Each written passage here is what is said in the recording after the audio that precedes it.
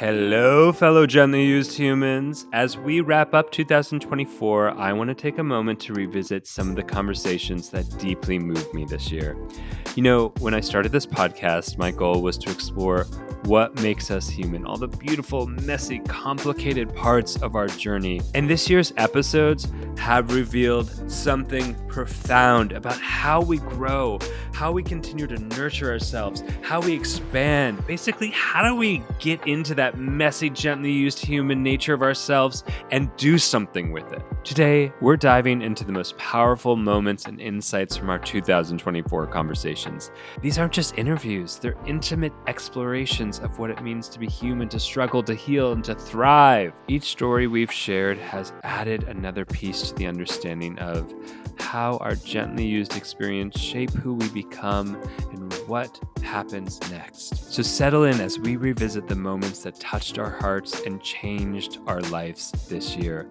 And write into me. Let me know, what were the episodes? What were the moments that changed your life? Whether you're a longtime listener or just joining, these conversations are pure wisdom that you can apply in your life. I was obsessed with wanting to understand what made successful relationships, because I knew that for myself, it's what I wanted the most was to experience love that was connective, trustworthy. I'd experienced betrayals. I'd betrayed myself. I'd betrayed other people. And I wondered, man, like, why do some people stay together forever and love each other and other people stay together forever and hate each other? And why, when I left an engagement and I feel more connected to myself than I ever have, do I also feel more judged by the people around me for my relationship ending or quote unquote failing? Yeah. And so I think it's hard because there's so many of the things that we do in love are actually to avoid being hurt. And because we're trying to avoid being hurt, you know, I think it's a strange, maybe it's a joke, a cosmic joke, but it's like where the thing you want most lives, love is where the thing you're most afraid of also dwells. Yeah. And so it's the path really of walking connection and relationship is to actually explore the things you're afraid of, because then you build the skill set to walk towards the thing you most desperately desire. Yeah. It makes me think, I mean, speaking of walking, because it's like an intrinsic process to our biological evolution or our personal development. Like, you know, we crawl, we walk, etc. And it does take a lot of work, but often we suck so much less at walking and running than we do at the same, like we also intrinsically have love as part of our developmental process, but we suck so much more at love than we do at walking and running. Yeah, it's so interesting because I think like something that's a physiological experience, right, of building the neural pathways to be able to fire the legs and all the things and become a bipedaler, it's not really dependent on the attunement of another person, right? It's a survival-based thing. And I think developmentally humans, when a horse is born or a dog is born, they're equivalent developmentally to a child being 18 months. Something like that. So, you know, it's really interesting that, you know, what really develops us relationally is really those really early moments, especially the first many years, but especially the first years, especially with mom. And, you know, we don't know how to self-regulate. We can't self-regulate till we're about 3. So all of our ability to actually get into regulation and have a nervous system that operates on its own requires an attuned parent. And I would argue that our society, that's not necessarily the failure of the parent, although it can be. It is often because society and communities are not structured to support the parents, especially now. I mean, how many to pay for shit? You know, you got to have generally 2 working parents. And society wants all moms to be now working, and we shame moms for wanting to stay at home, and then we shame women who work, saying they should. You know, it's like, how do you fucking win? You don't. You win by doing whatever the fuck you actually desire and try to create that space to be able to attune to your kid. You know, but it's never too late. You know, it's never too late. And it's never too, if we didn't get that as kids, which I argue most of us didn't, we can create that with someone else. And that's a beautiful thing. Is that part of like your sense of like the definition of love, adult love, is kind of filling in the gaps of that attunement, or adult relationships? Yeah. Yeah. So if you think about it, like our argument or case in liberated love is that liberated love is about a fierce dedication to telling the truth. Most family systems operate around not talking about the elephant in the room, not talking about the alcoholic parent. So everyone develops what they call their personality, which are generally adaptive strategies to not talk about the thing. Yeah. And, we become the perfectionist, we become the bad boy, we become whatever. And what's really interesting is that, yeah, the things that come up for you relationally, whether it's romantic or not, I just think romantic relationships are the most frequent touch point of the places we need to grow. And they're, I would say, the thing that we're most willing to change for. We'll change for love. We'll change for the possibility of love. We'll change because of heartbreak. Yeah. But we won't generally change. And you know this for sure. Like, we don't generally change anything else unless we hit sort of an emergency. Yeah. We don't get control of our health till something comes up, So yeah, what happens when we start to orient to our partner from a place of like, hey, the stuff, your defensiveness, my reactivity, my shutting down, this is all material to free ourselves, to actually heal the things that have not been healed. And, most people, their behavior patterns relationally are inherited. I think that relationships require of us consistent awareness. Awareness of just the present moment, awareness of our partner's mood, aware of how we are. And it also sometimes it takes work for people to just lean into the ease of a moment. And it's not every minute. It's not about talking about the relationship all the time. And look, relationships are work, and it's not a but, it's an and. And if you're always talking about the relationship and always like having a problem, it might be time to reevaluate the relationship. It shouldn't be that there's always a problem. No. I mean, but there are, really hard. Yeah. And that's an interesting discernment between like always a problem and navigating the friction and the textures of relationship. Yes. And totally. How might we help people like discern the difference between them? Like what's normalized and what's kind of like, uh-oh. Yeah. Well, I think that like, if you're just not getting along, like honestly, and this was a study done by the Gottmans, and it's been adopted and adapted many different ways. But the reality is, the truth is, and anyone who's been in a relationship knows, like, you really do have to have at least 2 times good experiences and good memories with someone. And if your experiences with someone are negative and it's really outweighing the positive, or the positive are barely, outweighing the negative, you got a problem. Like, it really should be more positive than it is negative. It doesn't mean that you're not going to go through, in a long-term partnership, you will go through seasons and you will go through hard times. And I think that that's really, as long as the respect remains between 2 people, that's when your commitment to someone is really tested. Yeah. And so, but that being said, it's just like, and some people just, about your book, it's like some people are always looking for drama. Yeah. So those people are always starting a fight.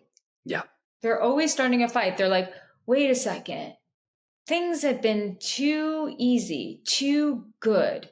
Yeah. I don't trust it.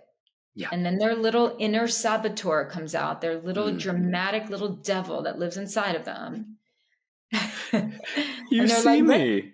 Let's see Let's see if I can fuck shit up a little bit right now and see what happens. But that's also because what's interesting is that sometimes we need,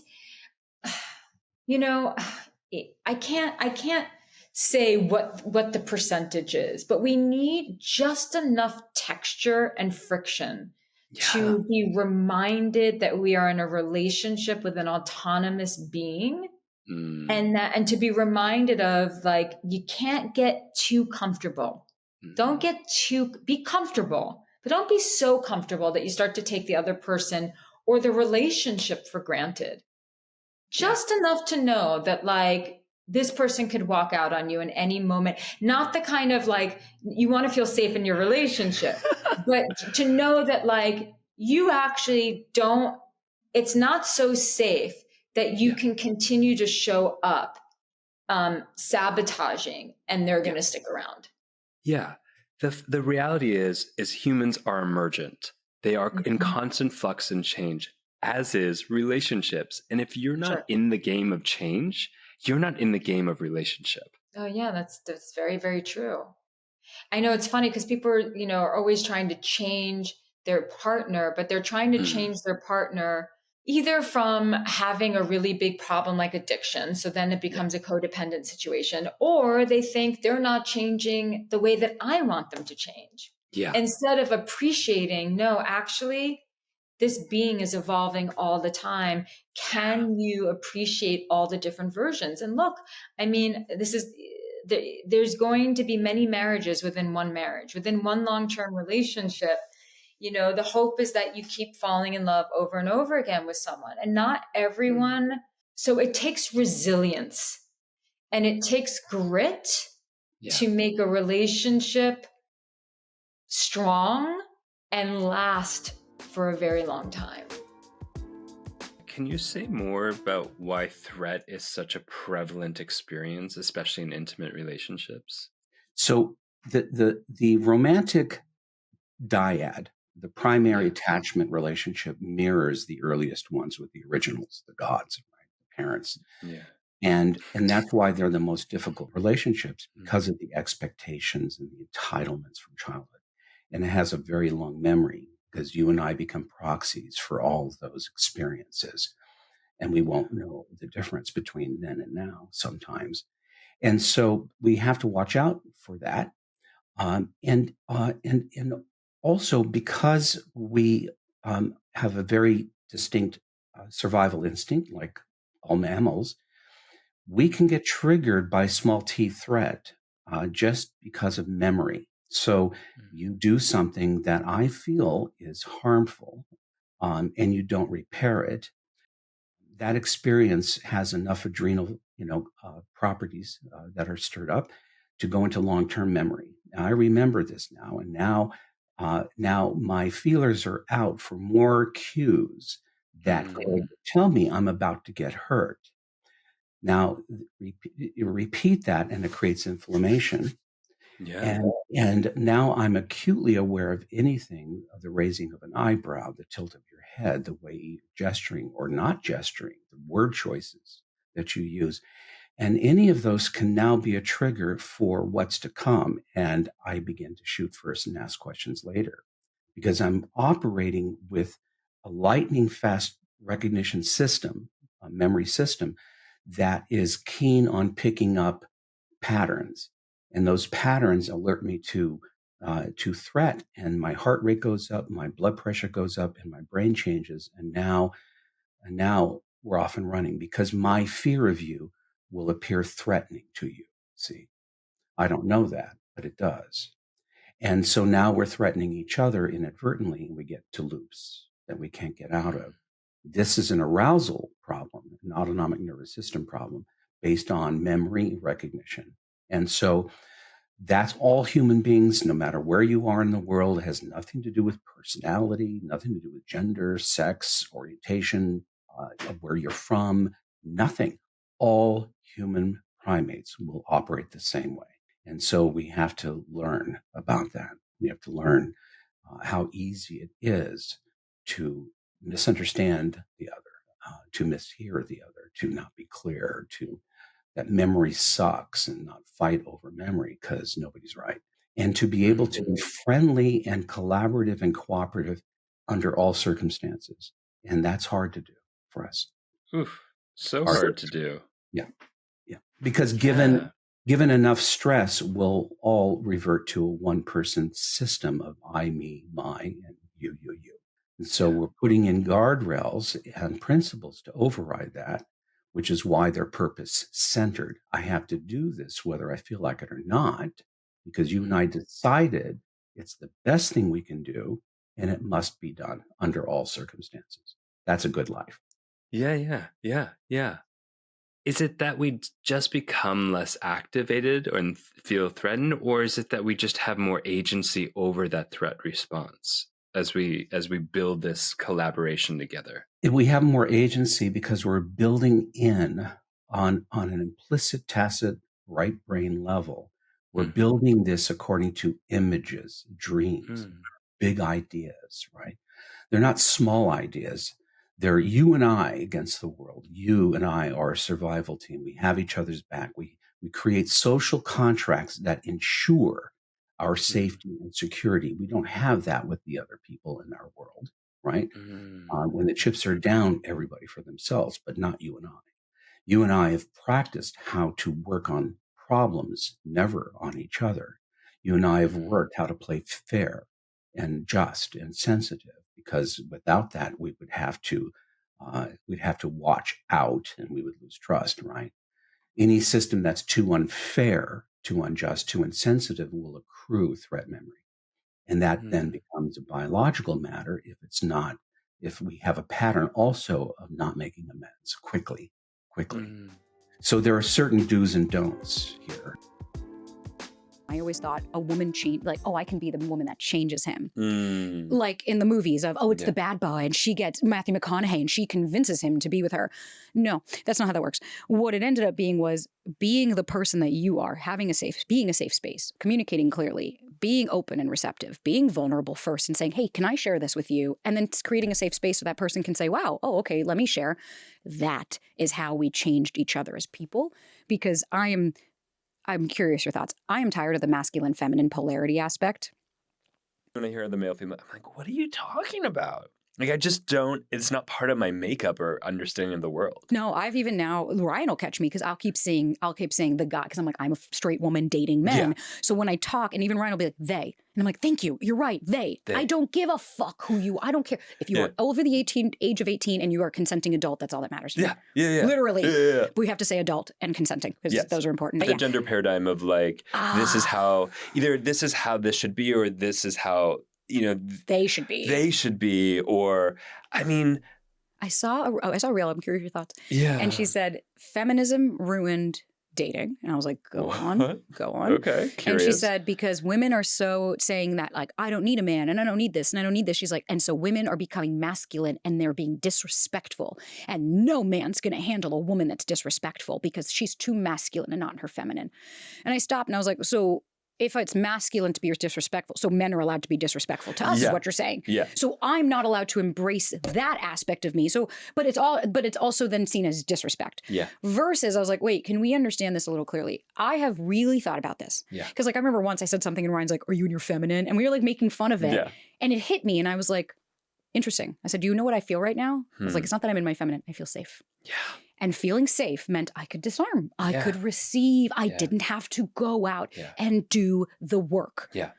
That to me, because I'm like, masculine doesn't equate to me that you have to come and chase me. It's like, I'm not a tiger. What are you running at? Right? Like, what are you running after me for? Yeah. I think it's safety because it doesn't matter your gender. When you're safe, you can receive and you can protect. Yes.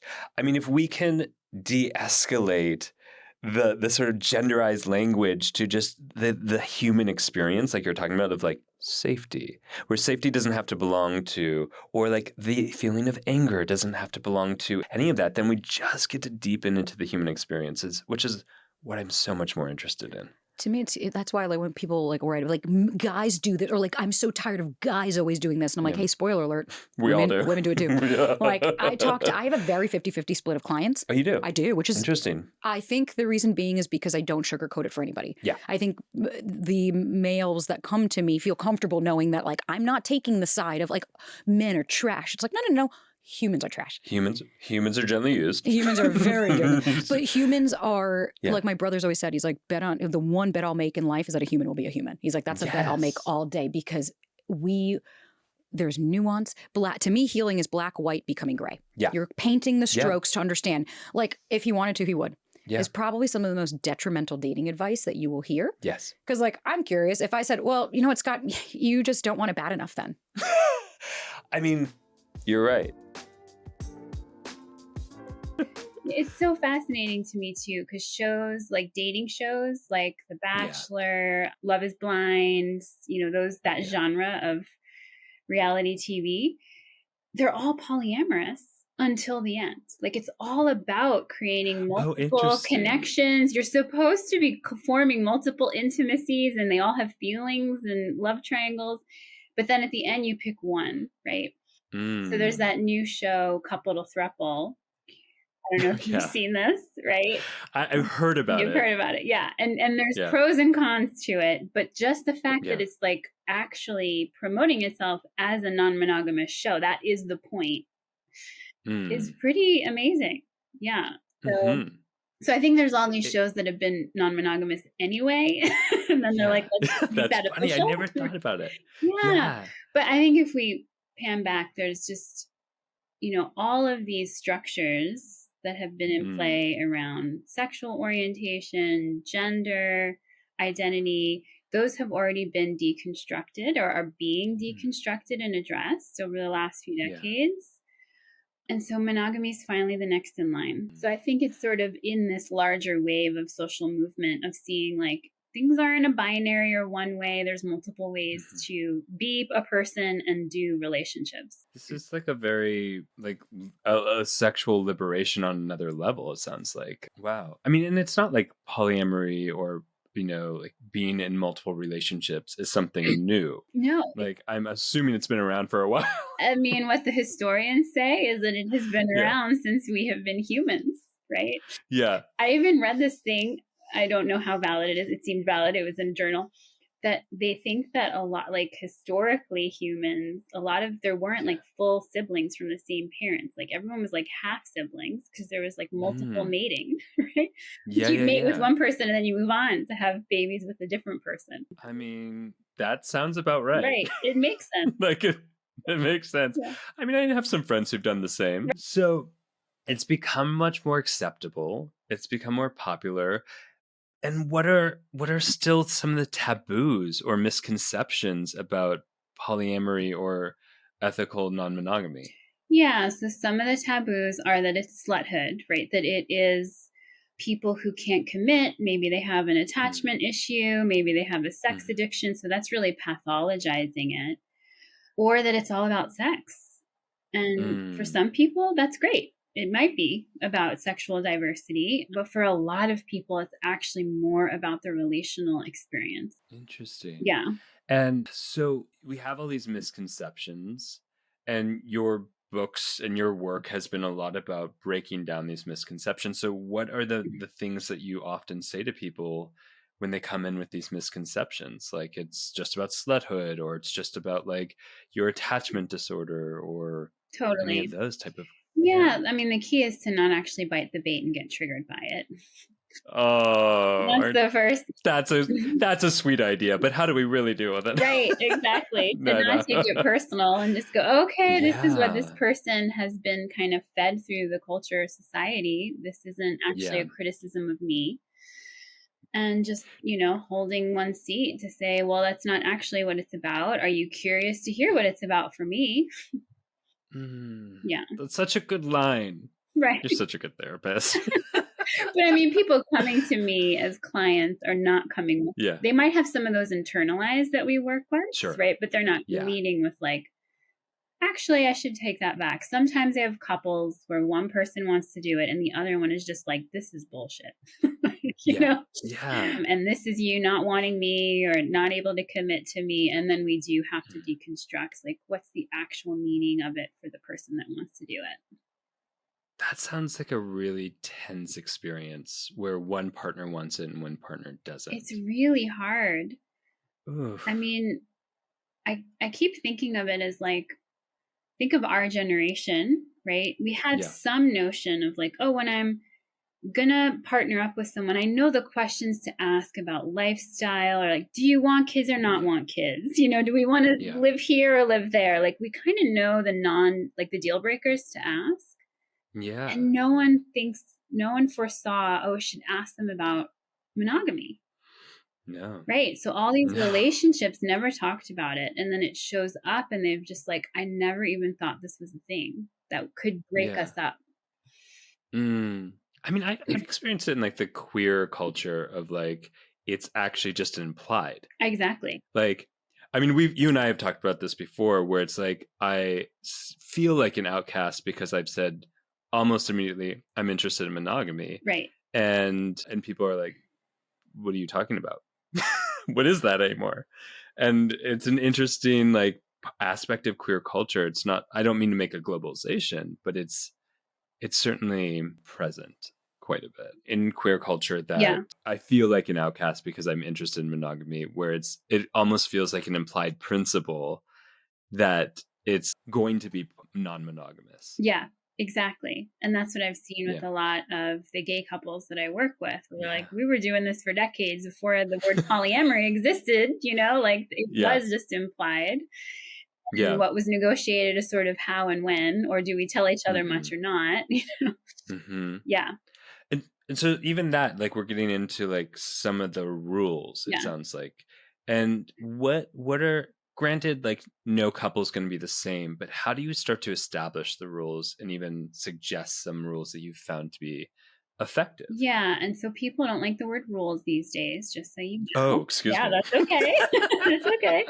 It's more about agreements, because there's something about like hard rules feels too controlling and limited. And so it is, every partnership has different kind of agreements they need to make. And sometimes it's just the basics of, okay, what are our safer sex agreements? When do we communicate? Like, how do we approach that with other partners? What do we communicate each other in terms of who and when we've been with people? And other than that, do what you kind of want, you know?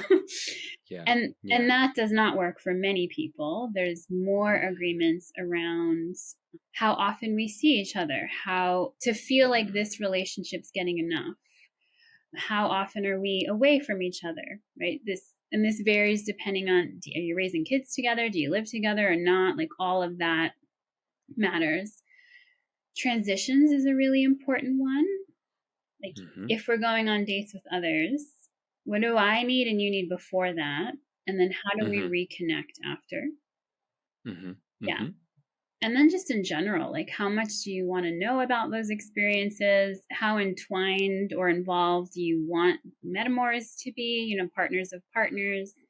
Yeah. So yeah, that's just like a general, you know, but then people can get more rigid in, and this is where it becomes problematic, like rules on sex acts you can't do with other people, right? Like no foot massages. That's exactly the one I was thinking. Me too. Me too. Yeah, that's what most people make rules on. Very intimate. Right. It is intimate for some. Yeah. It is, yeah. But usually not the rule, right? No. Or things like you can't have overnights with someone else. You can't travel with someone else, you know, versus I do recommend if you're new to opening up, okay, let's pace those things. Let's not start with a weekend vacation with a new person, right? Like let's get to know them and have the back and forth of dating and then transition into that. Yeah. Do you feel like a couple has to have their shit together before they open it up? It's such a great question. It's sort of like enough of their shit together and yet. So I'll say this in two parts, right? Yeah, like if couples are in high conflict, I cover this in a chapter in Polywise, right? Like if you're really like a burning ship, you know, like, if you're a dumpster fire of a couple, like this is not the time to open up. If you feel like you're needing to save your relationship, you know, like relationally, you're not treating each other well, you don't have good communication, this is not the way to go yet, right? There needs to be a baseline of health and really respect for each other and like ability to communicate about hard stuff. Yeah. Right? Yeah. However, I have seen couples that had their shit together and then the surprises of transitioning like destabilized them a lot. I mean, in some ways I could say that was Dave and I's story, right? Like we were like not the idea, but like people admired us as a couple with just how like we had it. We were good. Our communication was great. Yeah. We dealt with conflict well. We'd been through a lot of life transitions together.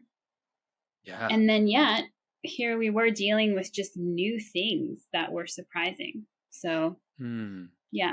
Are you open to saying a little bit more? Of course. About I mean, and we talk things? A lot about it in the book too. So it's out there. I know you do. Yeah. It's out there. Yeah.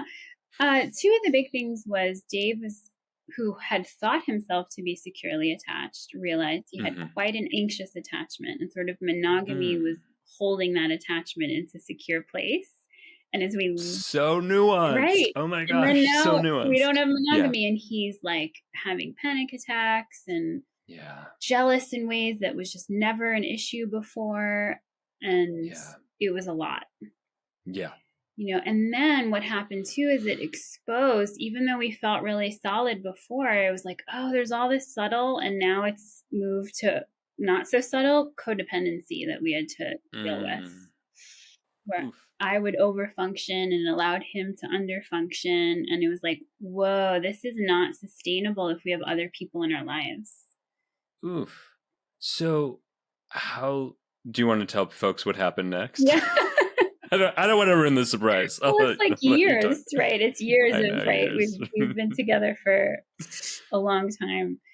I mean, Dave went on a big journey. Like, he went into therapy, he did psychedelic and medicine journeys and work, and just all of that to really work on what was coming up within him. Yeah. And we have different stories of like why we kind of ended our romantic relationship, but through our journey of polyamory and actually getting different needs met by other people, we realized we're amazing humans together. We're not actually good lovers. Oh, interesting. Yeah. How do you discern the difference? Yeah, because it felt like the romantic needs that I needed weren't being met. It wasn't really the way he wanted to show up in his relationships at that time. Even I think sexually we had great experiences, but actually have different erotic blueprints at that time, especially. So it's just like, and the codependency was really depolarizing for me since I was in more of that over-functioning role. Yeah. But we're like, we co-parent well together, we do life together well.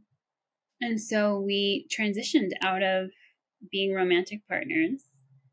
Yeah. And now we still live together, we still parent together, we wrote a book together, so there's still, we consider each other life partners, right? And we still have so much intimacy, but no longer have that part of our relationship, which is beautiful. Let's drop back to the basics, if you know what I mean, and get to like, for folks who are new to this idea of attachment theory, who, and I don't think there's that many, but I do think if we go back and we go from a new rules of attachment perspective, how do we define attachment? And let's start there.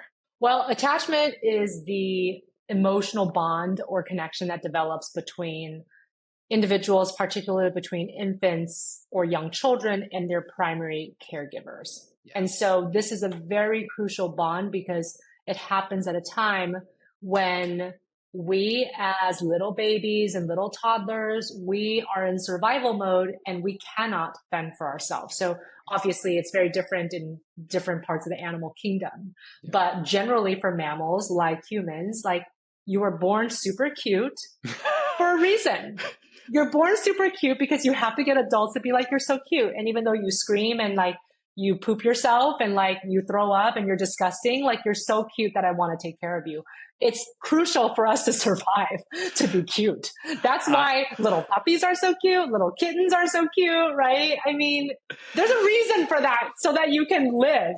It's so true. I remember in evolutionary biology class when they said that for the first time, they're like, cuteness is a survival strategy. And I was like, oh my God. So true. That's so true. Right. But for certain animals like amphibians, like, it's not as important because they can kind of survive on their own even from a young age. So like, it's less important for them to be cute. But like, mammals, for sure. We need to be super cute for this reason. And so, how it affects you as the young person in this relationship is that it's also the time where you're soaking up the knowledge of the world and learning who you are and how people are going to respond to you when you have a need and you express it. And if people are going to love you, even though you cry and scream and like poop your diaper, you know? So that is actually really important knowledge, because when you're a baby, you pretty much as a blank slate, like, oh, what is there to learn about this world and how I reside in it? And that's why these early messages carry on for so long, because sometimes as an adult, if you experience, like, let's say a rude person, you're just like, okay, well, that's on you. Like, that's not about me. But when you're a little baby or a toddler, if someone is rude to you, your natural inclination is to say, well, what does that mean about me? Right? So these questions that you ask yourself as a child, learning about the world versus one who's been in the world already and just know that there are like crazy people out there who are going to like honk their horn at you and scream at you in traffic. And I say this because I live in Los Angeles, happens all the time, you know? So it's like, you know, that sometimes that's not about you, right? Yeah. But as a child, everything is about you. And it's like, you're self-centered in the way that, not that you're selfish, self-centered, but just more like, well, I'm the center of the universe in my little child mind. So like, if something bad happens, it must be my fault. Or what did I do about it? What did I do to contribute to it? So that's why these lessons stick with us for so long. So long. And they get like embedded in our cellular structure and our wiring. And it's just, and so what are some of the styles that come out, whether that emotional bond is present or what happens when it's not? Yeah. So, I really say that, again, when we talk about these primary caregiver bonds, like it's kind of like the 80-20 rule, where if a parent is 80% generally consistent and available to the child and addresses their needs in a way that the child wants, your child's going to be fine. Your child's going to develop secure attachment. So for parents out there who are like, oh my gosh, I just did this thing yesterday, and is my child going to have insecure attachment? No, because if that was like less than 20% of the time, you're totally fine.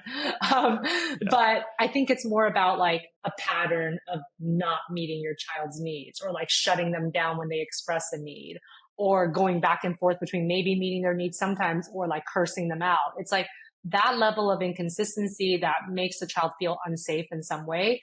They then start to enact a certain type of defense that helps them to still navigate life in a way that will at least ensure their survival, even if they can't thrive, right? So that's how insecure attachment develops. And I think for people who develop the anxious attachment style, there's 3 insecure attachment styles. So for the people who develop the anxious attachment style, they may have had parents who either made it seem like the world was a super dangerous place, so then they start to adopt some of that themselves and start to get overly anxious about it. Or these parents were just maybe pretty inconsistent in like the messaging that they had about what they really should be doing with their lives, even as a child, like do this or don't do that. Like their messaging is kind of complex and not consistent. So then the child really is more heightened to this idea of, well, I have to do whatever I need to do to please people so that they can still care about me and love me. I can't lose sight of them because, if I don't do what they ask, then they could just disappear. And then what will happen to me? And so then they become these like quintessential people pleasers, but also their self-esteem is so predicated on other people's opinions of them and whether or not people are reinforcing them on a frequent basis. So that tends to be the developmental script for the anxiously attached.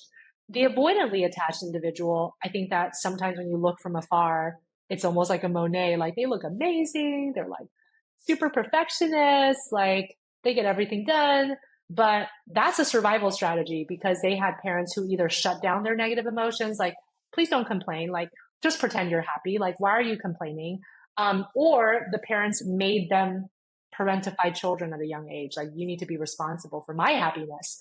So when that happens, avoidantly attached people, they develop this script of, you know what, it's just easier for me to be someone who fends for themselves, who focuses more on achievements more than people. And even when I'm suffering, I'm not going to tell anybody about it because you know what? They're not going to help me anyway. So like, just going to suffer in silence and isolate myself when something happens. And so avoidantly attached people, again, from the outside, they might look like they have it all, but like their inner coping system really precludes them from having that important connection we need for humans, all humans, no matter if you call yourself a loner or not, we all need it to survive. And that's just biology.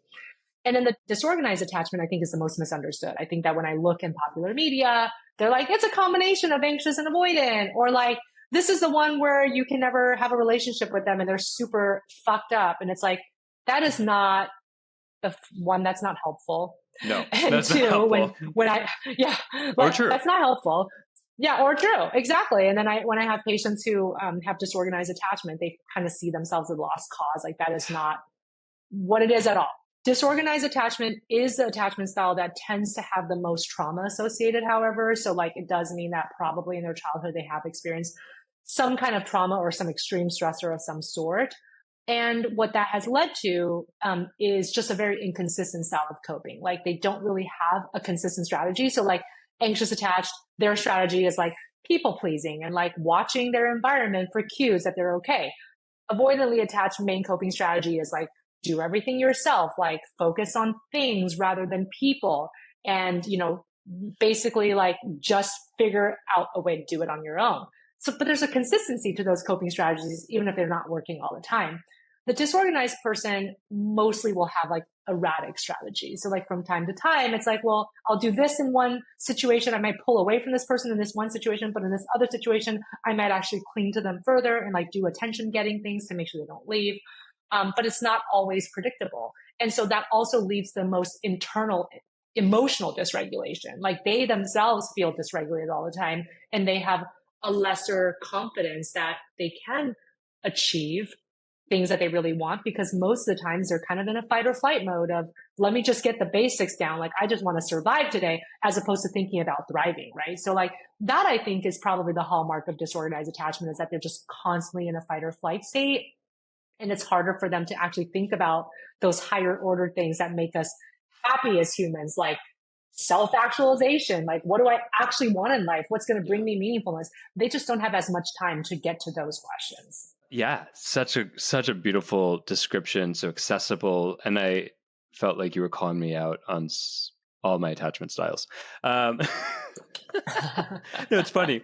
I feel like if you're listening to the show or watching it right now, you might be like, "Ooh, Dr. Judy just read me," and know that it's done with love. Know that it's done with a lot of love, because it's like, I think too often in pop culture, it's like a blame game. We went from blaming the mom to now kind of like blaming the individual with the attachment style. Right. And that's icky, y'all. That's not the real deal. That's not the like kind, compassionate, humanistic approach that it's meant to have.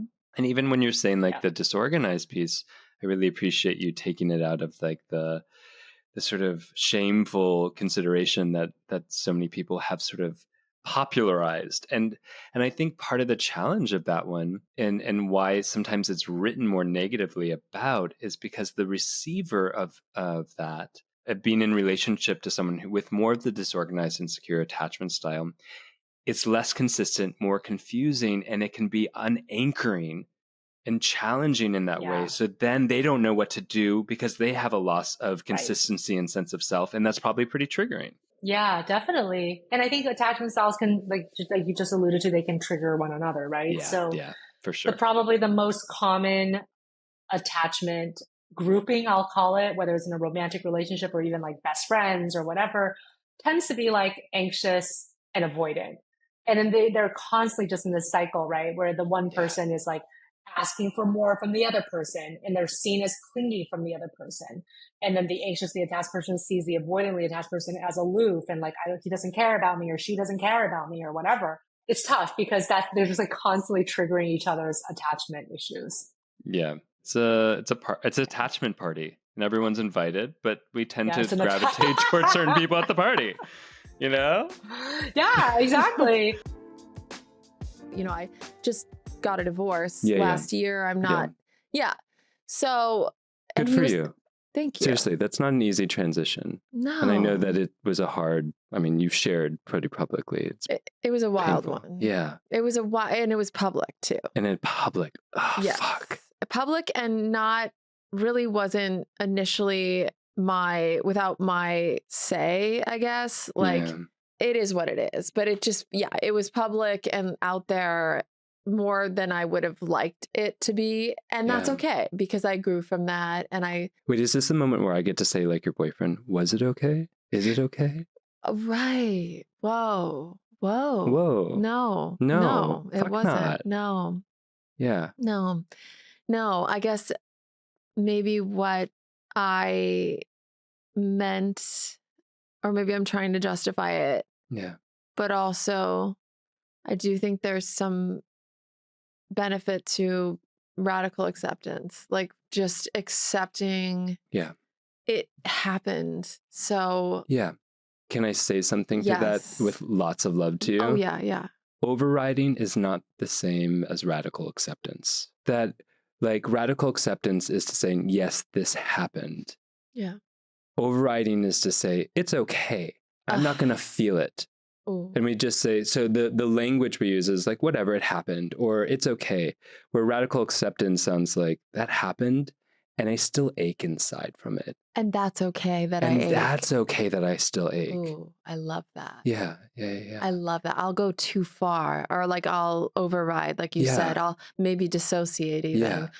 Or just kind of, because I don't want to feel that pain for too long. So I just accept, but you're right. Sometimes I justify it or make it okay when it's not. Yeah. So it was messy and I was able to laugh though. I was able to laugh. You were. Yes. Yeah.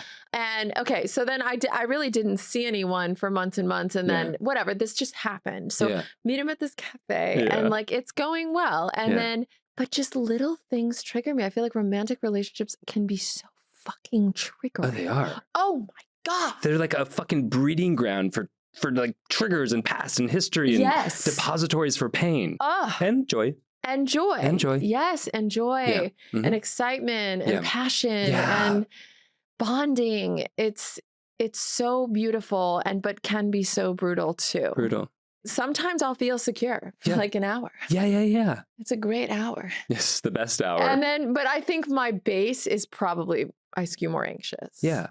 That's the thing is like around attachment theory is why like so much of it is bullshit. This idea like we're stagnated in one position. Yeah. It's more like a stance. And sometimes we switch our stance like we switch a pose on the runway. So we have moments of secure. We might be secure as our base and have moments of like anxiousness and other moments of avoidance because we're in different circumstances with different people that trigger different shit. You ever had anxious on anxious? Yeah. Just this morning. That shit is hot. That shit is. How many good morning texts can we do to each other? It's just. Good morning, good morning, good morning, good morning, good morning. Where'd you go? Where'd you go? I'm right here. I'm right here. I'm right here. Where'd you go? Where are you? Yeah. Have you ever done avoidant on avoidant? Damn, no. You just never see each other.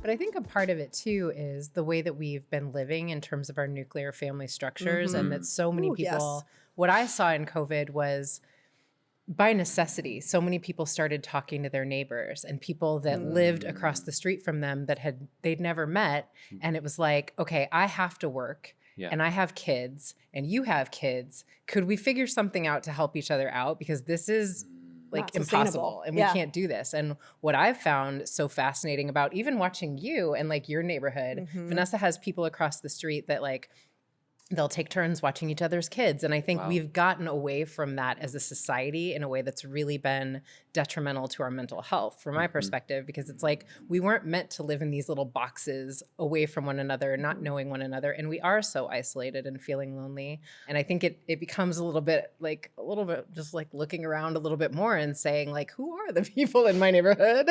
And can I maybe say hi? And we've never met, but can we get to know each other? If I have a barbecue, maybe I invite some neighbors, things like that. Yeah, that's a good point.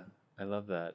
I mean, one of the things I find interesting is like the friends I still have from when I was younger, they're memory keepers. Yes. And it's like you can not see each other for 6 months and you know they know you. Yes. On this like deep level, they've been through these experiences with you for a long sustained amount of time. And then when you meet new people, it's like, well, they're not, how long does it take to become a memory keeper? Because that to me is like the pinnacle of friendship. And as I get older, and even as I, date, I'm like, oh, well, my ex a couple times ago, they were a memory keeper. I went through my like adolescence and like young adulthood with them. That's significant. I mean, I feel like when I used to work with adolescents, I used to talk about this a lot. And Danae's heard me say this, where especially at that age, everything is a level 11 when you're an adolescent, right? Like everything is life or death. Everything is dramatic. And look, it's just where we're at in our development, no shade. But so many of the kids would come in and they would just be devastated by or working through the loss of this relationship or the transition of that relationship. And it was just such a big thing for them. And so one of the things I started talking to them about was this idea of people are in boxes on the shelves, right? And so all of the friends, and I'm going to say air quotes, friends, live in boxes on the shelf. So if I am in the mood to go see live music and to like go to a bar and to be social, Danae is probably not the box on the shelf that I'm going to take down, right? Like I have friends that are in that box. Yeah. But if I want to sit around and talk about dismantling the patriarchy, my friends who I'm going to go out dancing with, right, are not going to be the box on the shelf I pull down. It's probably going to be Danae. And so I also think it's important for us to, I'm not necessarily advocating, again, I know that I'm coming at this from a more extroverted point of view. Yeah. I'm not saying we need to have a shitload of friends always, but I also think that we put a lot of pressure on people to be all the things to us all the time. And I think that that can be a recipe, and I'm talking even romantic relationships. You're preaching the polyamory of friendship. Kind of, like, right. Because it's like one person can't be your everything, right? Yeah. Just like in a romantic relationship, one person can't be your everything. And if I perpetually relied on Danae, who I would consider my best friend, to come watch football with me on a Sunday at a bar, I'm going to be perpetually disappointed because number one, she fucking hates football. Number two, she's not the one to go sit at a bar. She's sober. Number three, there's all these reasons, right? And so not putting so much pressure on that, but really making sure that I've got an established community of different people that provide different things to me. I think that's important too. Yeah. But I think even what you were saying before, Scott, I think as we get older, I think we don't have as much time. And so I think we're a lot more selective with the way that we spend our time and who our chosen people are. And so I do think there's a way that I don't know, the friends, I remember the last time we were talking to you, we were talking about that thing of keeping the old. And some of that is yes, we keep people a little bit in the way that Vanessa's talking about in a certain context in our lives. But I think that there's a little bit, and maybe this is just me and my introvert way of being, but I drop in with people a lot deeper, a lot quicker. And if it doesn't resonate, then that's cool, but you're not necessarily my people. Yeah. And I'm kind of okay with that, I think, in a way that I wasn't when I was younger. I used to sort of try to make it work or tap dance for belonging or feel like I needed to figure out how to make myself your people.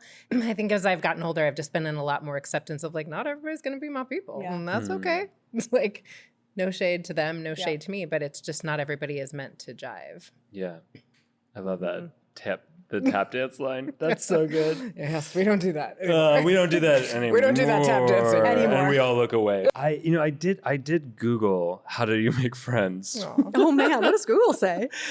Google said a lot of things that was interesting. So it more gave some suggestions. The Googles gave some suggestions that I thought was really interesting. And I was like, oh yeah, I remember learning about some of this in school. And not learning about some other things in school that it brought up. But vulnerability and emotional intimacy, that is an important ingredient in the cake of friendship. Understanding and acceptance as part of the developing and the deepening of friendship. Trust and consistency is a big one. Shared experiences, both positive and negative. Yeah, that's that memory keeper a little bit like you were saying. Yeah. It's also in reciprocity. Yeah. That's a big one. Right. Well, I also think what you're speaking to is reminding me of, there's a woman that Danae and I both follow, Clementine, I forget her last name, but she was saying, she made a really good point the other day where so much of our culture is so focused on the romantic relationship, right? And we go through we jump through all these hoops and we do all of these things to establish and take care of and nurture our romantic relationships. And yet friendships are just as, if not more, important, right? Yeah. And so we really need to start re-looking at the way that we view our friendships. Yeah. We should be putting just as much effort into fanning those flames and nurturing those connections and getting deeper and all these things that the Googles listed out. The Googles. That I think that we almost reserve exclusively for a romantic partnership and not necessarily our friendships. Yeah. And I think it's doing us a disservice. I feel like that's something we try to normalize a lot, is like bringing how things play out in the context of our friendship into the conversations we have. So it's like if we're talking about codependency or we're talking about overfunction or underfunctioner dynamics, Vanessa and I are really quick to like, and this isn't just in your romantic partnerships, this is sort of how it plays out for us, because a lot of times we will have expectations of our friends and we'll feel let down by them, or we will not say the thing because we're attempting to maintain attachments with friends. So it's like the same things that play out in our romantic partnerships, to Vanessa's point, play out in our friendships. But it's like, how do I navigate them when sometimes I think there's not the level of like comfort and intimacy that we start to get into with our romantic partnerships. So we'll sort of like sweep things under the rug a little bit more with our friends, or we'll hold on to resentments and we never speak to them. Whereas if it were our romantic partner, we live together a lot of times. So we'll like have no choice but to hash it out, where it's like we can be carrying things for so long. And it's like, how do we normalize clearing the air, and that we can like have ruptures and then create repairs in our friendships as well, you know? There's a multitude of ways. It can show up as, let me think of a recent example I did, just to be really transparent and honest. I got a disappointing text message from a date where it just didn't feel like there was much in there. And it's easy to start going, oh, this is what they meant. This is what was behind the text. And then I start to hear my own inner critic go, you don't really deserve to be loved. And then it goes from just that small seed of disappointment to a whole flood of experiences and emotions and inner critics. And I'm revved up. And then without even knowing it, I'm thinking about another friend that I've totally created a scenario for in my head. And I'm in an argument with them about how I'm disappointed with them for not showing up to something that hasn't even happened. And you hear it's like rolling down a hill. You can't even catch up with yourself anymore. The kinetic energy of drama has taken over you, like something is puppeting you.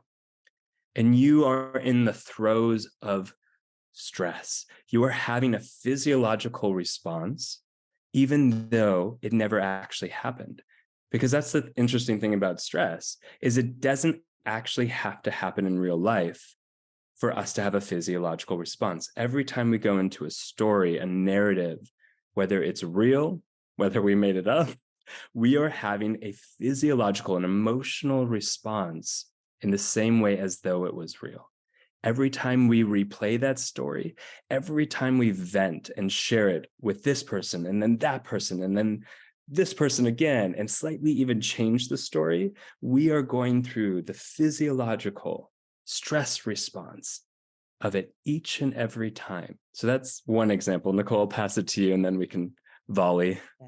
I think, Scott, what you're really beautifully describing, right, is the internal narration of our life that is happening, 24 hours of the day. And to create that space to be in power, as you're very beautifully describing, as I talk with my community quite often, it's becoming conscious of that internal running narrative, that it's not necessarily, right, the thing that happened or didn't happen that's causing our visceral reactivity in that moment. It's the interpretation, the lens that we've ran that through. And what I started to see very early on is, the lens that I would run happenings or not happenings in my life, typically in my relationships through, was some version, my narrative always revolved back to this idea of how my needs aren't being considered in that moment, whether it's something practical that was left undone in the home. And right here, now someone relying on me and my energetic resources to do that thing because they didn't do it.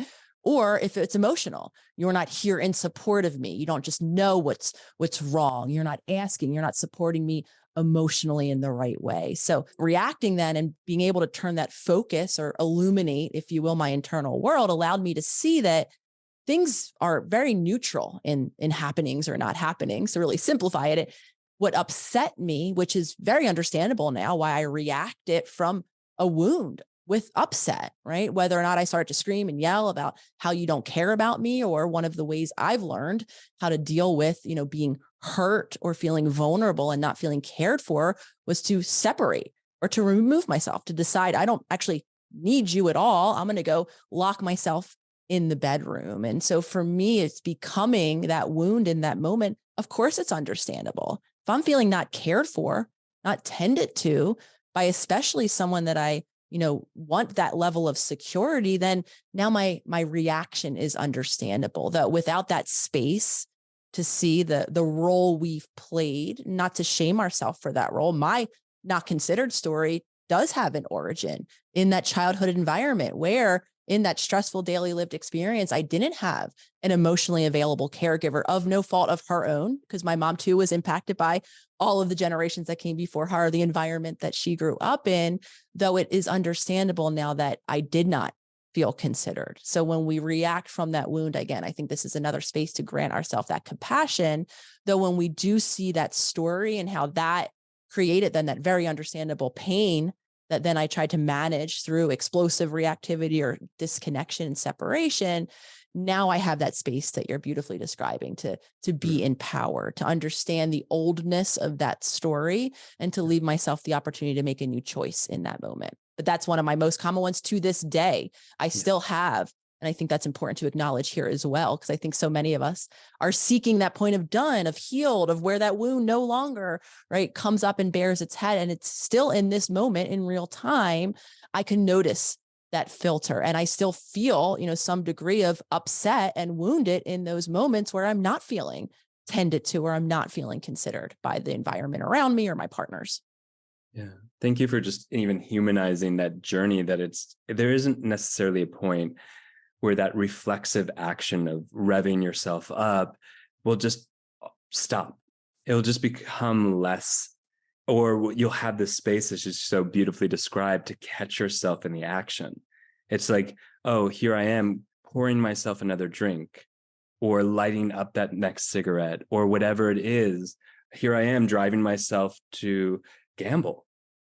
And the space to suddenly go, is this what I need? Is this what I want? What am I really hungry for? And I think, to go back to that example that I was giving of where I got that text message, and then suddenly I'm rolling down the drama hill and feeling like just in a spiral. And, I have been able to get pretty far, but I didn't call any friends. I thought about calling a friend and being like, can you believe them? And, getting them roped up, bringing them into my tornado of chaos and feeding off their energy like a battery pack to keep rolling down the hill. Yes. Ooh, we know that one, don't we? Yes. But what it does, the faster and further I'm rolling down that hill of drama or spiraling out of control, the further I am away from me. It is an extreme replication of self-abandonment, which is most often this original wound that even Nicole was referring to. And I am nowhere near that point where I could go, oh, that disappointment of not getting that text that I want feels heavy in my heart. And I'm going to be with it probably for a minute or so is all it would actually take to metabolize through. And then I'd probably be done. But the pattern of avoiding that level of contact with my own emotional core hurt and pain and trauma is so familiar that I spiral myself up and out, that I push myself down that hill of drama, or I find ways that other people can push me down that hill to avoid that contact. And that's really, it's such a brilliant way of being distant from our own pain, because it's so easy to turn it around and justify the circumstances to which we have been part of or created or sought to keep us from that distraction. So there's another layer in which our justification for our reaction really solidifies, locks us into that protection mode. Like I'm shaking my head so much, Scott, because so much of what you're sharing is, kind of mapping on in my personal evolution and journey where, I mean, I was that person who did seek not only that validation that I was wronged, right? That it was appropriate to feel as I do, upset how I was not being considered. I was the person who sought that actual affirmation from my friends. And I've actually shared many apologies to, some relationships that have seen me through these evolutions, because for the large majority of my relationships up until my late 20s, early 30s were based in this shared, kind of stress cycles where I would go to friends typically when I was out for happy hour with them, when we're trying to, have enjoyment, when I'm calling them 911 in an emergency, usually because of some issue I was having in my relationship, being a serial monogamist, always having that partner that also gave me the issue, the problem, and calling the friend or out to, drinks or our night out away from the relationship. My relationship was all I could focus on. And I spent a lot of time, kind of bonding, quote unquote, over this shared crisis where I was seeking, that affirmation. I wanted the person across from me to say, you know what, Nicole, you're absolutely right. Why are you in the relationship with this loser who's not meeting your needs, not understanding that it was me, like you're saying. I was so disconnected from what my needs even were that I gave my relationship no opportunity, or myself in relationship no opportunity to make choices in alignment with my needs, which I think is an important shift I just want to take in the conversation right here, right now, because it's often not just the bad things we do, right? Drinking too much, eating too much, or doing things that are, kind of more traditionally self-harming for a lot of us. And this is why I was so confused for so long. Many of my adaptations in coping to keep myself distanced from what I really wanted, what I really needed, how I really felt was actually societally approved and validated through achieving, through doing. And I know you write in your book of your own kind of habitual tendency, very similar to you, to perform. That's even language that was used in my household. Oh, Nicole's performing again, always performing. And again, I think for a lot of us, that performance, especially when it's mapped onto what traditionally in our cultures or our society has been defined as quote unquote achievement, or that golden box to check, I think a lot of times that can confuse us because we're still separate from ourselves. And this is where I was left as I was nearing my 30s with that pit of despair, with that pit of resentment, where I didn't actually feel connected to the life that I was living, even though society told me that once I got to this part, right, where I hung my shingle, where I was in the relationship that I was in, where I had choice to decide where I lived, why didn't I feel in fulfillment? And for me, it was really unpacking where disconnection began and understanding that even things that are socially validated can be that form of distraction, to use your words. But anyhow, I was able to take this class that she was giving for a group of Zen monks from Green Gulch Meditation Center. And my friend Jack was able to get me in. He was part of that group. So I went there. And after the first hour, I'm asking her, why in the world did I go here? I waste my time. Because she was having us hold a stone in our hands and feel the temperature, feel the texture, feel the weight, and what? Who cares? Oh, and I remember passing one of the monks. We had a momentary eye contact, and I said, how is this for you? And he said, whoa, big headache. It's a lot of, just to normalize it, like it's a lot of work for those of us, I've said to you before too, like I referred to myself as a kid to my parents as a walking ghost. Like that was my nickname for myself, essentially. Nice. And it's interesting of like, it's a headache to try to do and be in the body from the head. Right. And that's how all we know how to do it at first for most of us. Yeah. So what happened next? Anyhow, okay. Yeah. At the end of the day, she has us laying down on the ground, and she has us feel our breath coming in from our feet and then going out to our feet. And I remember thinking, that is the stupidest thing I've heard. Anybody knows the feet can't breathe. They may smell, but they can't breathe. But when at the end of the day, this was at this beautiful church on O'Farrell Street in San Francisco. We went out the door and just looked down in the valley and then out to the Bay Bridge. And it was the most beautiful sight I had ever seen. So I realized that something happened. And that was the beginning of my study of embodiment, not of working with trauma per se, but really of understanding the nature of embodiment and how that really changes our whole perception of the world. I think that's a really helpful marker, because if for some of us who are new to somatics or body-oriented awareness, and we assume we should feel something right away, I think it's really beautiful to say, hey, sometimes the markers of change are actually perceived in our environment or perceived in a relationship and not first in ourselves, because that hasn't been the safest place to experience anything.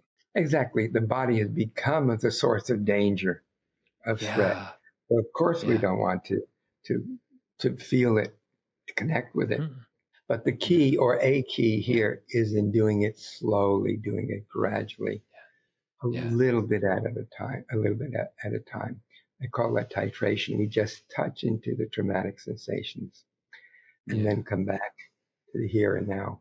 And well, actually, the book that I just published called An Autobiography of Trauma, A Healing Journey, I talk about the beginning of how I got to develop somatic experiencing out of my own wounding. There's a Greek archetype called Chiron, which to me means the wounded healer. And we have to meet our own wounds. And a trauma, the word is wound. It's the same root. And we have to be able to do that in a gentle way, in a kind way. And that, again, may take a little doing, and that may come slowly, depending on all of the adverse events that might have been happening to us throughout our lifetime. And so I was experiencing some disturbing symptoms, some disturbing sensations, feelings, and some momentary images. And I realized I had to take a dose of my own medicine. So I asked one of my students to just sit with me, to be with me, to guide me in this exploration. In somatic experiencing, we never go into the person's trauma. Yeah. I mean, but there are methods that basically do that. So-called prolonged exposure, where you have the person relive their trauma over and over and over again. And I think that can be destructive. Yeah. But anyhow, so when I was guided by my student, and an image came up, a sensation, and then an image came up of when I was 4 or 5 years old. And I had, on my 4th or 5th birthday, my parents snuck into my room in the middle of the night, and they laid train tracks underneath my bed, but down into the room, then back, and then again, forming a circle and oval. And when I woke up, I saw I heard the train, I saw the train, and my body just came to life, the opposite of trauma. So that's why it's already important. And I just literally, I jumped out of bed. I ran over to the transformer so I could control the speed and make the horn go woo woo. And in that moment, although I didn't have the words for it, and even though some horrible things had happened before that also, but especially after that, I knew that I was cared for, that somebody, if only once, cared about me and showed me kindness and love. And that's what I got out of that memory. And then that was allowing me to go and excavate some of that traumatic material that was associated with those symptoms. Ironically, Scott, in my work now as a college dropout, I train psychologists, psychiatrists, LMFTs, PsyDs, PhDs. And I remember one time in 2017, I was leading a retreat in Asheville, North Carolina, and there was somebody in the room who had, I would say, one of the more intense trauma histories I've heard of. I don't ever judge because it's always intense for the individual. Obviously, I don't believe in big T, little t. I think if you have trauma, it's a big T for you, But the point of the story is that there was one person who had, a pretty intense trauma history. And they were expressing how, I don't feel enough to do this work because I don't have the PhD. And then directly across from them, I love how this stuff works, directly across from them was somebody who had the exact PhD that would, quote, qualify them. Yeah. And they were like, well, I have the PhD, but I don't have your trauma history, so I don't really feel qualified either. Right. And it made me realize, like, well, what exactly has to happen to be qualified or to feel qualified? And I think what you just said is the answer. It's really not, it's an embodiment for sure of theory. But I think what you just said is so true. It's tending to those hurt parts, because I think a lot of times what I've noticed with people who are in this field is that there's a unconscious intention to redeem something that's coming from a wound. Totally. And I think that like, there's no amount of letters after your name that will make that go away. And there's also no lack of letters after your name to go away. That's true. Actually, I remember when I first learned about you, I was like, oh my God, I was so intimidated. I was like, Scott is like the opposite of me. Like, there's no way I can actually like be in that world. Like, it's just like the exact opposite. And then here we are, having us like just bonding over shared values. Those letters are just shields, my friend. Those letters are just shields. Can I borrow that from you and give you full credit every time I say it? I love that so much.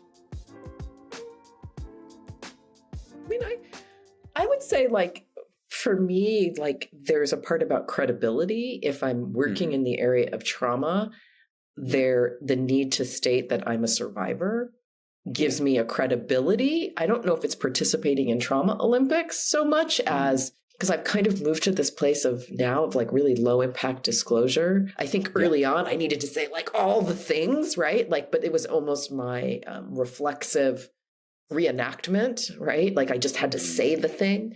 And now I do find in certain spaces the need to state it for the certain kind of lived experience credibility as opposed to academic credibility. But I think earlier, absolutely. Here, I've got this thing. That's why I'm here. I really resonate with that, Nkem, like especially the demand, like what I feel as a demand to identify as a survivor, to identify the things that I have survived. One of my really favorite leftist woman of color writers is a person by the name of Yasmin Nair, and I really encourage folks to check out her work, her website. She's done this incredible writing. I think she's the one of the first and best writers I've ever seen talking about this phenomenon. She calls it the trauma passport, where she talks about how in many different political spheres, including the left, there's this idea that in order to gain entry into the conversation about oppression or transformative solutions, that sort of thing, you have to use the passport of your own trauma. And if you don't state it, then you're considered to be an outsider to the conversation. And what I really like about Yasmin's work is she acknowledges like that there's a tension there. Like, of course, there's a politic of nothing about us without us. If you're going to be advocating for survivors' rights, probably people deserve to know to some extent whether or not you're a survivor. I don't think it means they're entitled to the details of what you survived necessarily. But there's just this very tricky thing, I think, about like telling people that creating a culture where disclosure is required to be part of a cultural conversation. And I see that so much in like the wellness sphere, the healing sphere, the political spheres. I think social media really encourages this because all forms of disclosure are like heavily incentivized by social media. And I'm really fearful of that. I will say, personal stories, I think I have, one major one is I got really pulled into like the trans kind of identity politics wars of like the 2010s. And I don't mean even like the struggle with the right wing. That's a whole other story. But unknown to a lot of people who aren't in the world of trans identity politics or in the world of trans community is that there was for a long time and continues to be like a real competition over who is really trans and who's really experienced the most marginalization because of gender. And you have all these kinds of things, people saying, oh, well, non-binary people don't really experience transphobia. Transmasculine people don't experience transphobia as much as trans women, and the reverse as well. And, I have my own stake in these arguments, but I remember when I started to wonder about how absurd it was getting for me was when I started to, I kind of got pulled into this kind of way of thinking where I was like, well, I'm a transsexual, I've done medical transition, and I'm not here for this struggle of transgender people who haven't done medical transition. And I was in that kind of mode for a little while, and then I started to think this is kind of ridiculous. There are real differences, I think, between different kinds of trans people, just as there's real differences between different kinds of racialized experience. But I just noticed that that scarcity mentality and that feeling of competition, my group is more oppressed than the other group, so you should listen to us. And then also within that group, there's a smaller group that, that kind of looking for the truly most traumatized voice to speak the truth of the world is a losing game. You're not going to find it, and it splinters social movements apart. So, I think that was sort of what, got me turned around when it comes to this kind of trauma or oppression Olympics. It was just noticing there's some really negative effects to it. And there's so many reasons why in a world that is actually just, in a world that's actually safe, in a world that's actually healing centered, that you wouldn't want people to have to disclose constantly the trauma they had experienced in order to be seen as legitimate, because that in itself is traumatogenic. It's interesting as you're talking, Kai, is that I recognize sort of a pendulum swing here when trauma was the field of you had to be an academic, you had to be licensed. Those were the only people allowed to talk about this. And that really the doctor-patient binary was very strong. And this idea of my lived experience being valuable as a currency of knowledge and wisdom. And so, but there's a difference between it's an additional current, so I can speak from my training or I can speak from my experience, but the pendulum, as pendulums do, they don't, they have big swings. And so it went, I think, from this really rarefied who gets to talk about trauma to people claiming I have trauma and you can't define my experience. And then as capitalism and our culture likes to distort things, that has become just exaggerated into such a disfigured way where people are now fighting over attention and care, that there's just this possibility there's not enough to go around. There's not enough legitimacy to go around. Is there a limited amount of legitimacy? Did somebody say that there's legitimacy bank and we're overspending it? Where is this feeling coming from? Well, I think it's really scary too, if we really take that from a clinical or a practice perspective, because if your trauma is your legitimacy and you heal and you no longer feel traumatized, what does that say about healing and whether or not we should do it? Your identity is gone. People so often trauma is their identity. And the giving up of our identity. Yeah. Also traumatic. Traumatic. Yeah. It is not an easy experience to go into the depths of your pain. It takes massive bravery to do that. But when you do, the light, people's faces change. They look different from the beginning of the ritual to the end.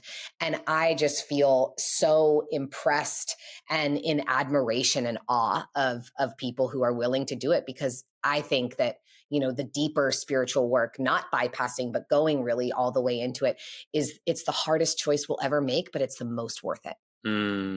It's so true. And, I will say sometimes that hard emotion for folks to experience isn't necessarily anger. It could be joy. No, exactly. And it's going into, I remember a patient I had years ago, and she could express sadness and she could express anger. But when we got to starting to look at pleasure and joy, she would shut down. It was like the lights went out. And I was like, well, that doesn't make sense with what I imagined in the realm of psychology. Like, shouldn't it be things that are supposedly negative emotions? And that really invited me to dive into the idea of like, wait, what do we actually mean by positive and negative emotions? And what's interesting is it's more related to something called cybernetics than actually a like positive feedback loops. It's about positive feedback loops or negative feedback loops, not a judgment on whether it's good or bad. And it's an English translation issue because it simply means that the positive emotions have a positive feedback loop. So we have certain hormones that say, more of this, please. Like, it's a reinforcement of like, this is something that is leading me towards sense of purpose or meaning. And negative emotions don't mean they're bad. They simply mean, hey, we need more energy and resource to attend to this.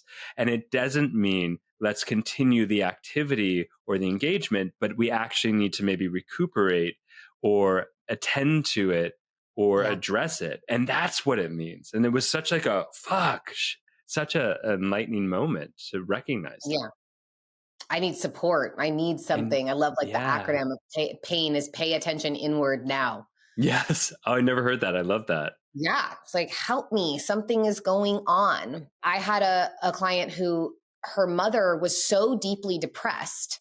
And so whenever she would be joyful, it was so triggering to her mom that she would like get in trouble, you know? And so her mom, and misery loves company, right? So her mom wanted her to be subdued and calm and shut down, you know, because that was where she was. And so when she was this, you know, alive and vibrant little girl, it was threatening, it was intimidating, it was scary, it was overwhelming for her mom. And, you know, I think that something that I've been working with a lot of my clients recently is, you know, so many of us are dealing with depression and anxiety and depression. When you think about it, it's like people say that the opposite of depression is like joy and happiness. No, the opposite of depression is expression. Like it needs, instead of pushing it down, let it out, like move it up and out, let it come through you. So what is that emotion, whether it's positive or negative? Is it that you've been, you know, pushing down, depressing your joy, your pleasure, your excitement, or your sadness, your grief, your frustration, you know? And I think that those are really, it's going to depend on what kind of parents you had, what kind of peers you had, what kind of teachers and role models you had, because so many of us, if you had really staunch religious upbringing, pleasure was shameful and it was bad and it was horrible, right? Pleasure is not just about sexuality. It's about sensuality and about how we feel when we do anything and everything. And so it's also really important to acknowledge for everyone, you know, that your trauma, your wounding is going to look different. So it's okay to have those things that you depress, but the intention is to learn how to express them. To me, it's about when we don't think that we have that empowerment within us or that self-responsibility, and we actually defer that to everybody else. Somebody else maybe knows who I really am or what I really need to be doing with my life, or they can all figure it out for themselves, but I don't have that. And this, you know, I don't care whether we talk about it as Shiva or not, but like this sense of, you know, for me, it's about existentialism. It's about like, can I ultimately claim responsibility for my life? Oof. I don't know. How do we do that? How the fuck do we do that? It's so scary. I know. Because that would mean, and it gets, again, complex and nuanced here, because it's like, if I take responsibility for my life, am I saying the things that have been done to me, that the people that have hurt me is my fault? Which for many of us, we've adopted that belief as a means of survival. So like, how do we take radical responsibility without self-blame? And worse yet, there's narratives out there in the world that actually reinforce that somehow, like this is a lot of spiritual dialogue that happens out there, that somehow like you chose this suffering, and that like the suffering has some inherent meaning to it, and it all just makes me want to vomit because you don't choose your suffering. You didn't bring that upon. This is my personal opinion, right? Like I don't view it that way. But I do think that there are senseless acts that happen in our world because there are people that are not in their senses. There are people that are not acting in right relationship. There are people that are acting in harmful ways. And that what self-responsibility is that we have to ultimately take what happened to us and recognize that we are the only people now that can be in charge of what we do with that and how we metabolize that, how we process that information, how we work through it in a way that helps us arrive in a more right relationship with ourselves and the world around us. Yeah. I mean, it goes back to hurt people too. Like that saying, and I'll circle back to exactly what you said, but like, the research and like the pro-social behavior. So our ability to be more compassionate, empathetic, and connective to other people. There's a lot of research that says it derives from a clear or embodied sense of self. The more we can settle in our own sense of being, the more we are reassociated with ourself, that we can feel our own sensations and emotions, have that emotional intelligence, that somatic intelligence, the more likely we are able to be in right relationship with other people, and the less likely we are to do othering. Yeah. And what we don't have a conscious relationship to in ourselves, right? Sometimes, Jung called it the shadow, right? We have different names for this, but what we haven't fleshed out, what we haven't awakened to in ourselves, we tend to reenact and repeat. Yeah. And then we see what, like we might behave in a way, for example, that leads other people to reject us. Yeah. And then when the other rejects us, we use that as this confirmation. See, I'm really not lovable. This is a harsh, terrible world that I live in. And we can even blame the other for that behavior. And sometimes we find perfect others that are, blameworthy. But nonetheless, if we only stay in that process of it's the rest of the world out there that needs to change in order for me to feel safe, then we can't recognize our own participation in the dance that we're bringing to the world. I want to talk about calm. Seems to be a kind of part of your brand. Yeah. Calm, kind, connected. Calm, kind, connected. And I want to deconstruct. I love deconstructing language. And so, like, what do you mean by calm? It really is a settling. Okay. Let it settle is the key phrase that I've used. It's my signature phrase that I use in every meditation, use on social media, and it's just let it all settle. And I learned this in a preschool classroom. Really? And it was this really, really exciting moment where I was dealing with this little boy named Jack, who was 3 years old, and he was dealing with separation for the very first time. And it was leaving his parent. It's that safety net. Yeah. He had never known a world where his mother wasn't present for him. And all of a sudden being in this overwhelming classroom where there's lights and colors and other kids crying and screaming, it's chaos. Yeah. And so, of course, the minute that he recognized that she was gone, it was this panic. Yeah. Ultimate panic. And you can see it. It's, the body is tense. All the physical manifestations of stress and anxiety are there. And he's, labored breathing, and you could just see his mind racing to try and find safety and find her. And so over the next few months, we worked with his mom and we worked with him to figure out how can we create safety in the space and get him to be in a regulated state when he's in the classroom. And I started to pull from this was a time when I was doing my own mindfulness journey and figuring out how do I deal with my own panic. Yeah. And one of the things that we did was the 5 senses grounding technique, which is so simple and so as everything that is worth doing is. Yeah. And it's just allowing for you to look around the room and come back to the present moment through observing 5 things you can see, 4 things you can touch, 3 things you can hear, 2 things you can smell, and 1 thing you can taste. So I felt the benefits of that in my own life. And so I started bringing that in and started working with him. Yeah. And while he would still have that initial panic, going through that with him and being able to identify, what's the color of the rug? What's, what do we see outside the window? What do we hear? What do we smell? Can we taste our favorite snack? You would just watch his entire body start to come back to this calm space. So his body would start to settle. You could, see those thoughts that were spiraling just weren't there anymore. Yeah. You could see just the emotions start to settle. And all of a sudden this calm would just rush over him. And from that calm, he was actually able to look around and start to see, oh, this is actually really exciting. This is all my favorite stuff right here in the room, which he just wasn't able to see. Yeah. And so that's really where I just started to say, let's let it all settle became just this signature of that's what it means to find calm, is to find that space where you're able to be present to the moment. That's beautiful.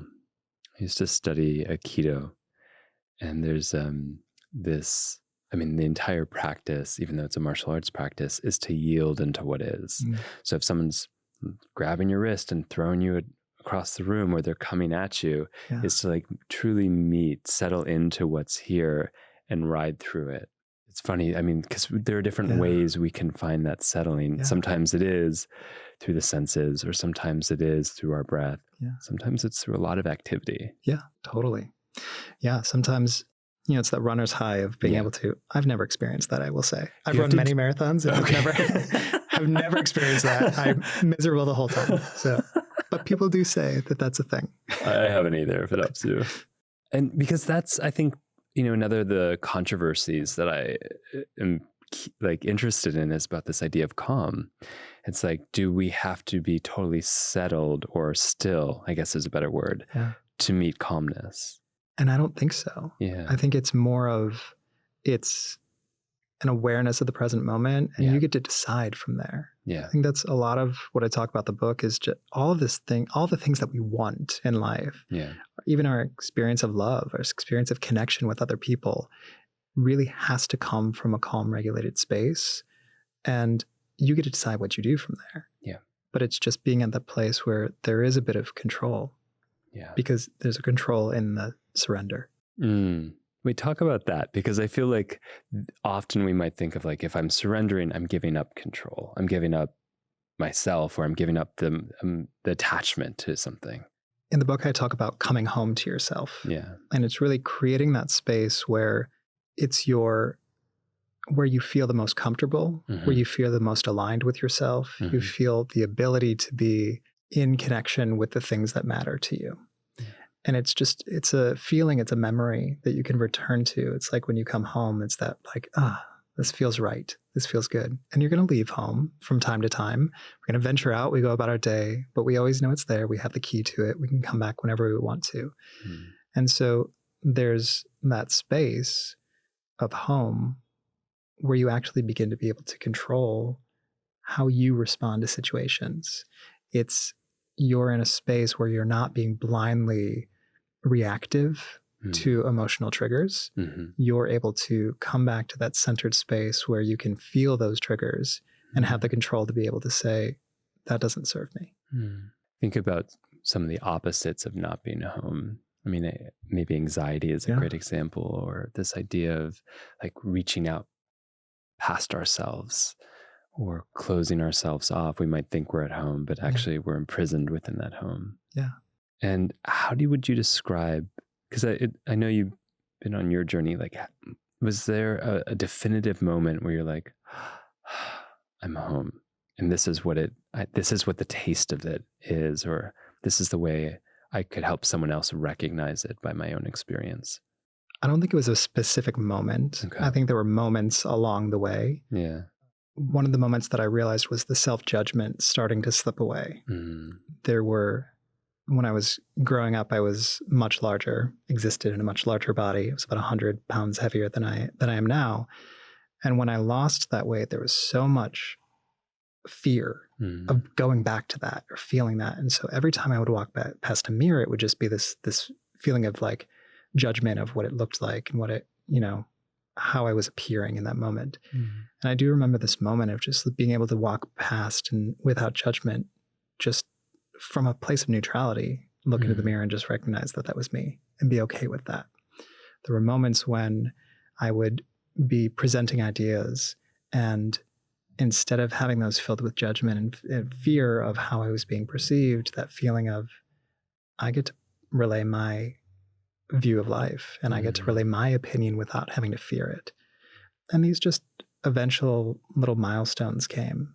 So it wasn't just one moment, but it was these series of moments that just allowed for me to say, oh, this is what it feels like. This is a taste of what it feels like. This is a room in that house. I love that.